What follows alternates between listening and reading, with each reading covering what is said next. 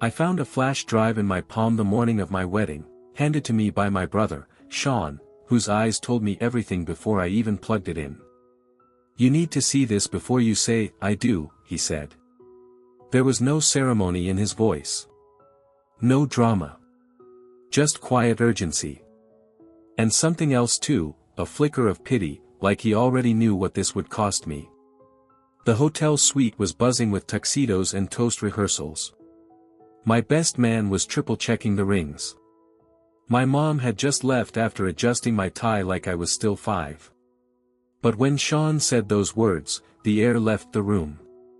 Everything went still. The kind of still that only comes before a storm. Let me tell you something about my brother, he's never been subtle. He's the kind of guy who cannonballs into pools, who tells you the truth even when it tastes like vinegar. So when he handed me that flash drive, small, silver, and burning a hole in my hand, I knew it wasn't a prank or a joke. I slipped into the adjoining room, heart doing somersaults in my chest. I still had 20 minutes before the ceremony. 20 minutes to destroy the rest of my life, or save it. The flash drive slid into my laptop with a soft click. A single folder popped up. No label. No cryptic warning. Just one video. And in that moment, with the white noise of wedding prep humming behind me, with the smell of cologne and fresh linen in the air, I hesitated. Because deep down, I already knew. I clicked. And everything changed. The footage was shaky, like it had been recorded on a phone. I recognized the hotel, same marble floors, same lobby chandeliers, but not the date. It was from 2 nights ago.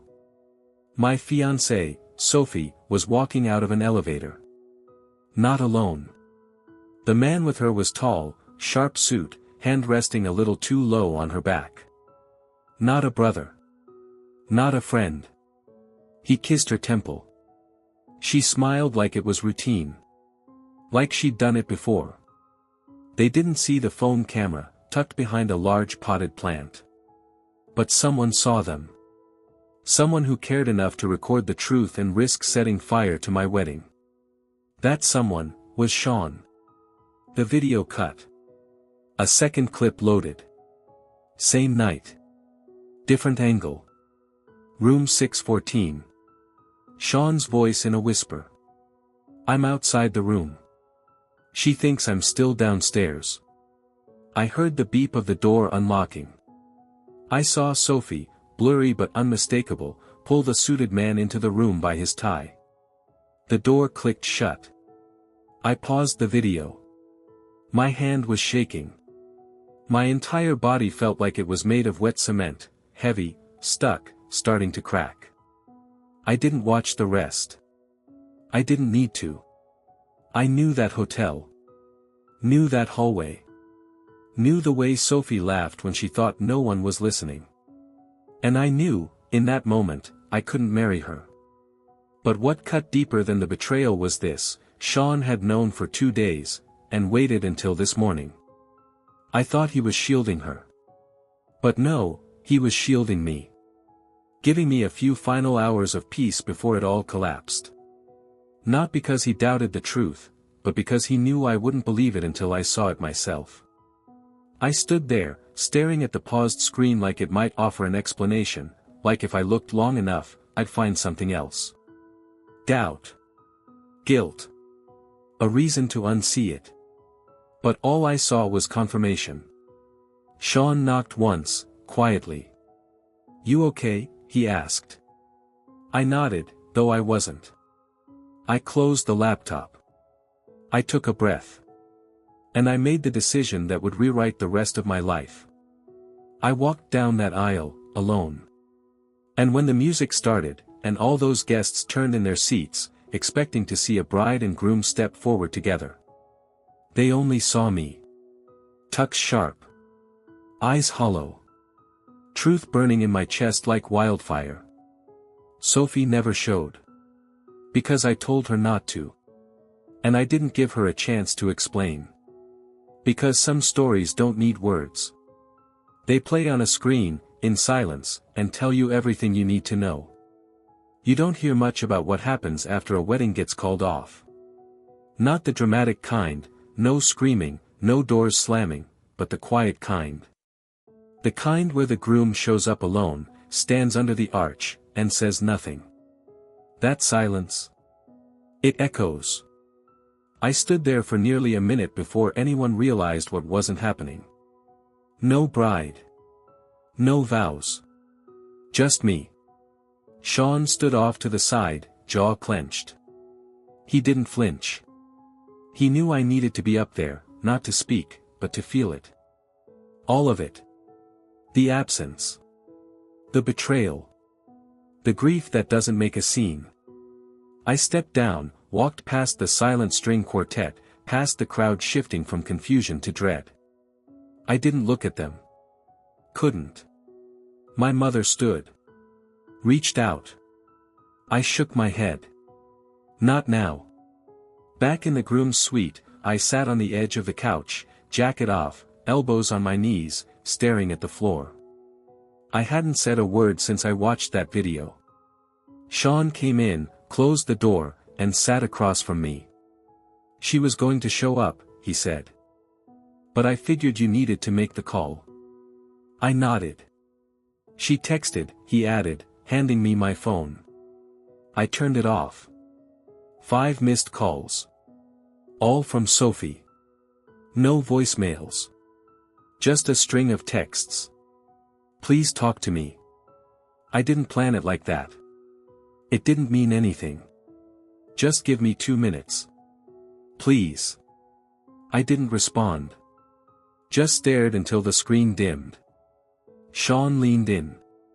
I didn't want to believe it either. But I saw them, Lucas. I saw her take him into the room. I looked up. You follow her? He shook his head. No. I followed my gut. He'd overheard her maid of honor talking in the bar 2 nights earlier. Something about him showing up again. Sean got suspicious. Followed his instinct. That instinct saved me. Was it the whole weekend? I asked. I don't know, he said. But, they weren't strangers. That part stung most. The way she leaned into him, like she'd done it before. And then I remembered. That work retreat 2 months back. No service, she'd said. I'd even sent a care package, new mug, snacks, a note, for the woman I can't wait to marry. Now I wondered if he'd seen it. If they'd laughed. My stomach twisted. I looked at Sean. Why didn't you hit him? His eyes darkened. Because it wasn't about him. It was about her. Hitting him would have made her the victim. Smart. Painfully smart.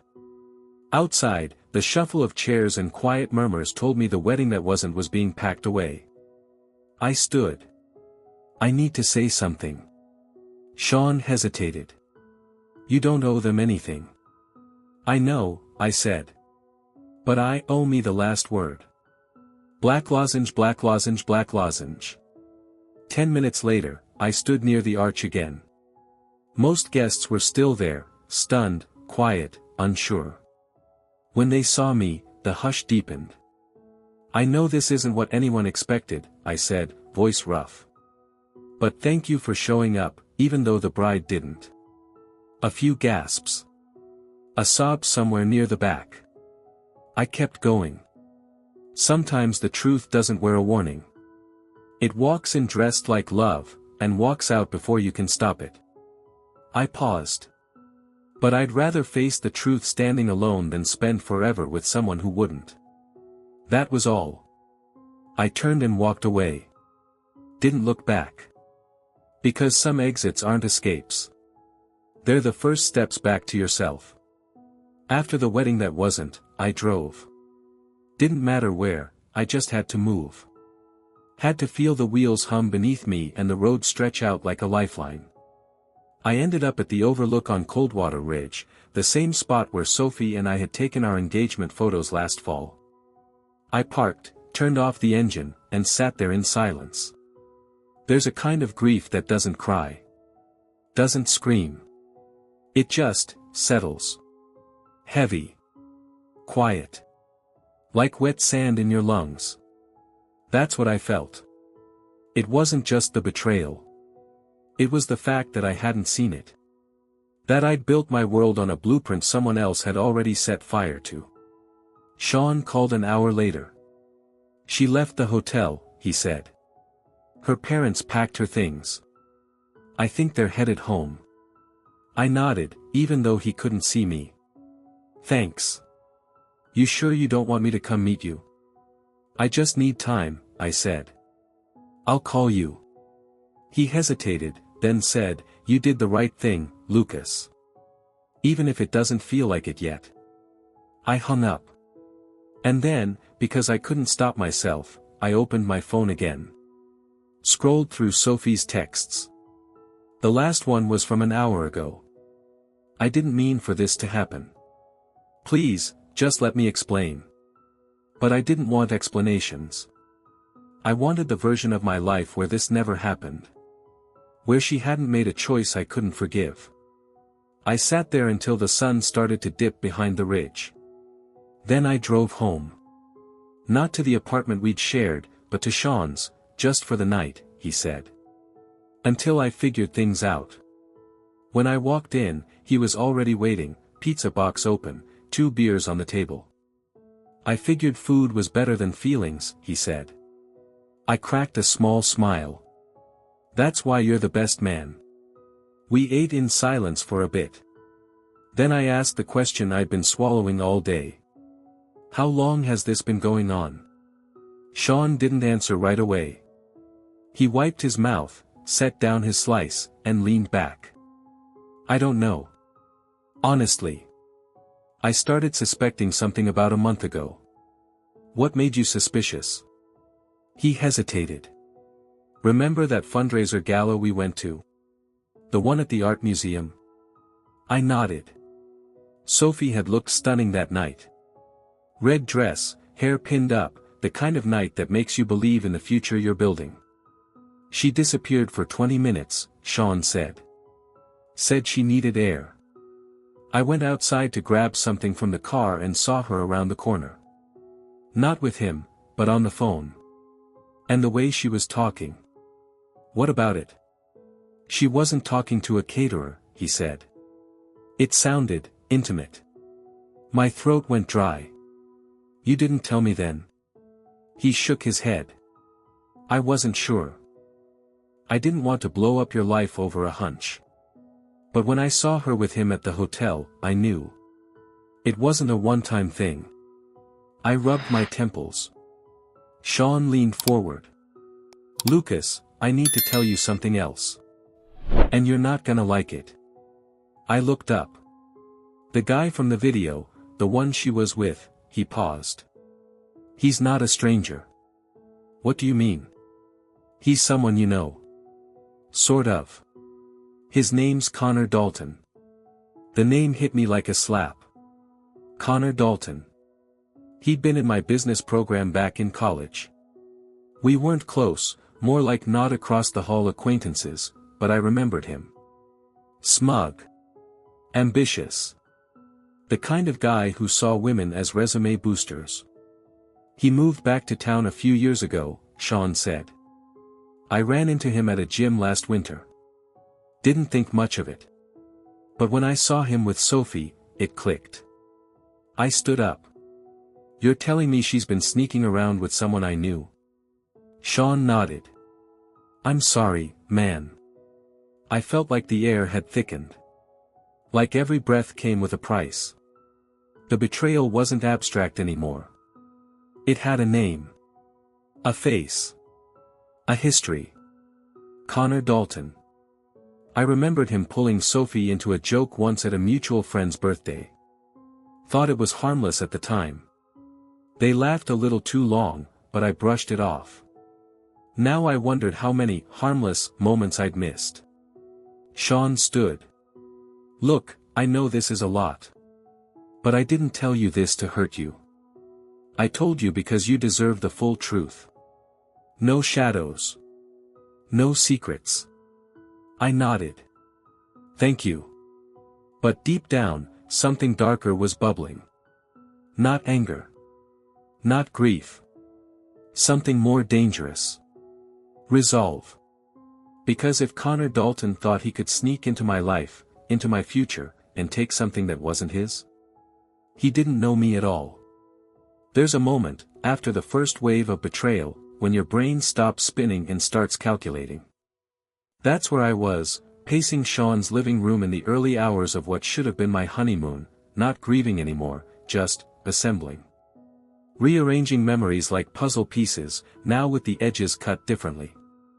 And one truth kept circling back, louder than the rest. She wasn't alone in this. Betrayal like that doesn't happen in a vacuum. It takes coordination. Cover. Encouragement, even. And once I accepted that, I started thinking about the people around her. People like her maid of honor, Courtney, who had conveniently booked the hotel suite next door and lost her key 3 times in 2 days. People like her cousin Marissa, who'd always treated me like a placeholder at family events. But mostly, I started thinking about Sophie's mother. Elaine. Now, Elaine and I were never close. Not hostile, just different.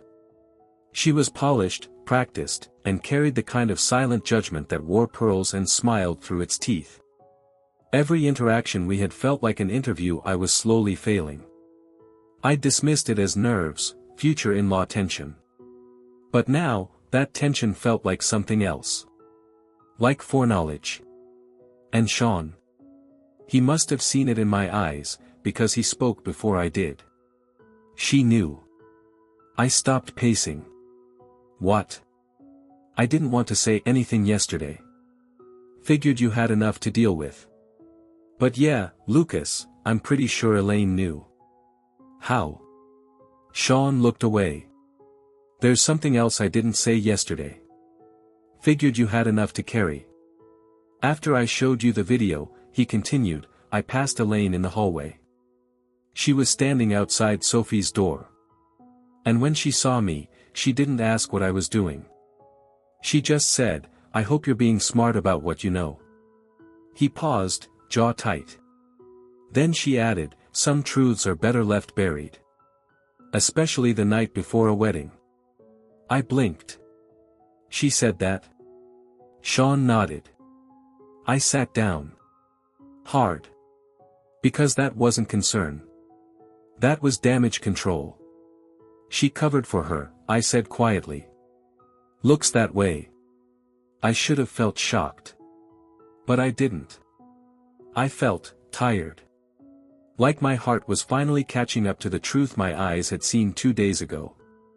I'd been walking toward a future built on a stage set, and Elaine had been backstage, managing the curtains. I grabbed my phone and pulled up my photos. Found one from Sophie's bridal shower, 2 months earlier. There they were, Sophie and Elaine, matching dresses, identical smiles. And behind their eyes, something I'd ignored back then. A look that said, we've decided something you don't know yet. Sean sat beside me. What are you going to do? I don't know, I said. But I'm not letting this end in silence. He nodded. You want me to come with you? I shook my head. This part.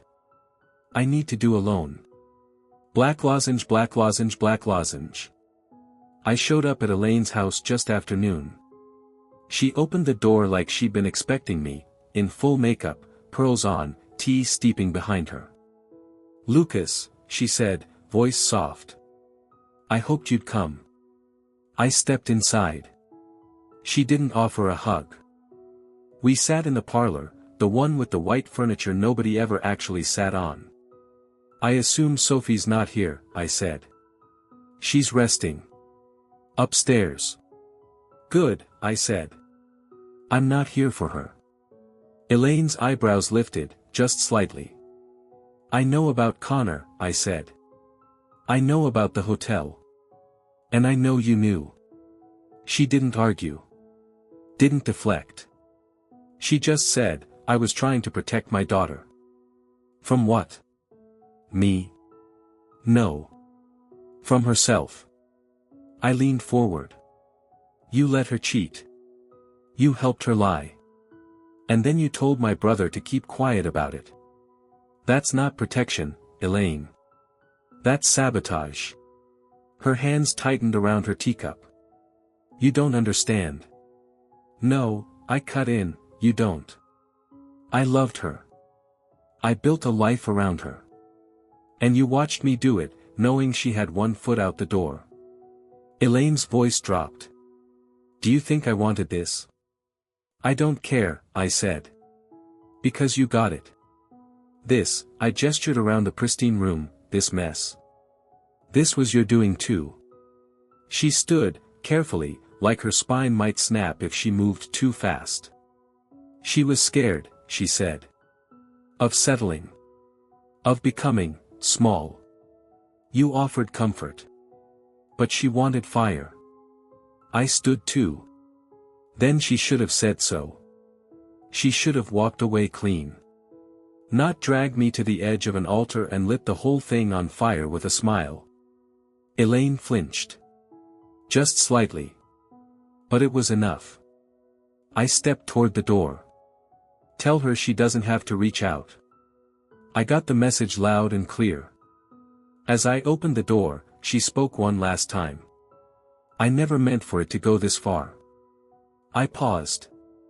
None of you ever do. Then I left. Black lozenge, black lozenge, black lozenge. That night, I packed up what was left in our apartment. Sophie was still at her mother's. I didn't tell her I was coming. I didn't need another performance, another plea. I boxed the life we almost had, the framed photos, the souvenirs from trips we pretended were forever, and loaded them into my truck. I left the key on the counter. And the ring? I took it with me. Not out of sentiment. But because it was mine. The symbol of something real. Even if she wasn't. You ever think you've uncovered every lie, like the ground couldn't possibly hide another one? That's where I was. The apartment was boxed. The honeymoon cancelled. Sophie and her mother were out of my life. And for the first time in weeks, I felt the faint ache of something like peace. But peace doesn't last when the truth still has legs. Sean knocked on my new apartment door 3 nights later, no warning, just a shadow with guilt in its pockets. Got a minute? He asked. I nodded. He didn't sit. Just paced like the walls were closing in. There's something I didn't tell you, he said. My stomach tensed. It's about Sophie. I thought you found out because of her maid of honor. That's true, he said. But it started earlier. He exhaled hard, like the truth had teeth. She tried to pull you in, and then cheated with someone else. I asked, confused. Sean nodded slowly. She was spiraling, man. Testing people. Testing limits. Seeing who'd catch her before she hit the ground. He paused. It wasn't about me. Or Connor. It was about control. About feeling wanted, even if it meant burning everything down to prove she still could. I let that sink in. And in the end? I asked. Sean exhaled. In the end, she didn't want either of us. She just didn't want to be alone when it all came apart. I nodded, slow and bitter. Why tell me now? Because I saw your face at that altar. And I realized I'd been carrying a piece of the wreckage this whole time. He stood to leave, but before he opened the door, he looked back. You ever think maybe we dodged something bigger than we knew? Every day, I said. Black lozenge, black lozenge, black lozenge. After he left, I sat in the quiet and thought about what it meant to be loved conditionally. Sophie loved me until I got quiet. Until I wasn't shiny. Until someone else made her feel like the lead character in her own movie again. That wasn't love. That was a lease. And it had expired. No more texts. No calls. Just silence, and for once, that silence felt like peace. Black lozenge, black lozenge, black lozenge.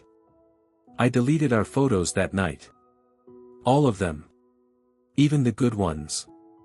Because even soft memories feel like traps when you know they were built on lies. I went to bed and dreamed of a quiet porch. A dog by my feet.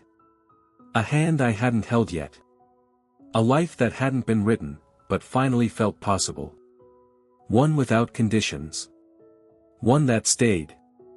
The Sunday after everything ended, I drove out to the lake. No rainstorm. No slow music. Just wind in the trees and a gas station coffee going cold beside me. I parked at the overlook where Sophie and I once dreamed about a cabin and a dock. That dream was gone now. But I wasn't grieving it anymore. I was remembering it. That's different. I stood at the edge of the path and realized something I hadn't been able to admit until then. I was proud of how I handled it. Not because I was perfect. But because I didn't turn cruel. Didn't torch her name or post the receipts online. I just left with my dignity intact. That was enough. Black lozenge, black lozenge, black lozenge. A week later, I mailed the ring back. No note. No drama. Just a quiet click of the FedEx door and the end of something symbolic. I used the refund to take a solo trip to the Blue Ridge Mountains. For days, one backpack, no plans. Just stillness. Up there, I wrote a letter I never planned to send. I told her I forgave her. Not because she earned it, but because I didn't want to carry her mistakes like dead in my chest. I wished her clarity. And someone who wouldn't have to question if they were enough. Then I folded the letter, slid it under a rock, and walked away. Black lozenge, black lozenge, black lozenge.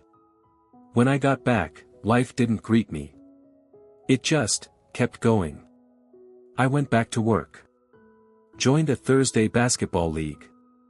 Met Sean for coffee once a week. We didn't talk much about Sophie. Didn't need to. Showing up was its own kind of apology. One morning, he said, "I used to think you were the safe one." I raised an eyebrow. Used to? Yeah, he said. But you're not safe. You're steady.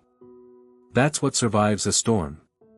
Black lozenge, black lozenge, black lozenge. Months passed. One day, I saw Sophie's name flash on my phone. Just a voicemail. I didn't open it. I didn't need to. Because I wasn't living in that story anymore. No ring. No aisle. Just me, and the hope that next time, love shows up ready. Not perfect, not flashy, just whole. Black lozenge, black lozenge, black lozenge. Sometimes I wish I could sit beside the man I was the morning of that wedding, hand on his shoulder, saying, "You're about to lose the wrong thing." That's not failure. That's freedom. But life doesn't work like that. It hands you flash drives and gut punches. And if you're lucky, clarity. So if you're standing in the wreckage, wondering what now? Let it teach you. Then walk forward. Even if it's alone. Because walking alone in truth, that's not emptiness. That's the start of something real. And me? I walked down that aisle alone. But I didn't walk away empty. I walked away free. And that, my friend, that was the beginning of everything.